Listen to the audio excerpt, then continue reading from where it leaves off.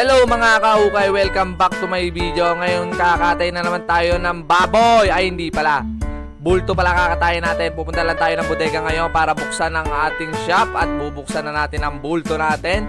Ayan, mentis ulit ang kinuha natin mga idol. Hinanda ko na itong mga gunting natin. Mga gunting tuloy, gunting lang pala. Ayan, sarado pa yung shop. Ayan, papasok na ako dyan, bubuhatin ko lang itong bulto na to na 40 kilos ang bigat. Ayan, kumuha nga pala tayo ulit ng mentis dahil na sold out tayo nung nakaraang live natin. Kaya ngayon magla-live tayo ulit ngayong gabi, Friday yan mga madam, 6:30.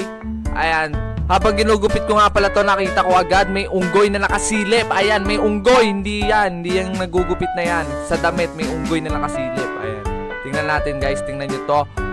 Ang solid ng unggoy na to, promise. Bidding natin to, kaya mine o kaya grab lang, claim, yan, ganyan na lang, bahala na. Sino magmamine, bahala kayo dyan. Ayan guys, ito, flex natin. Ito nga pala, nakita ko to.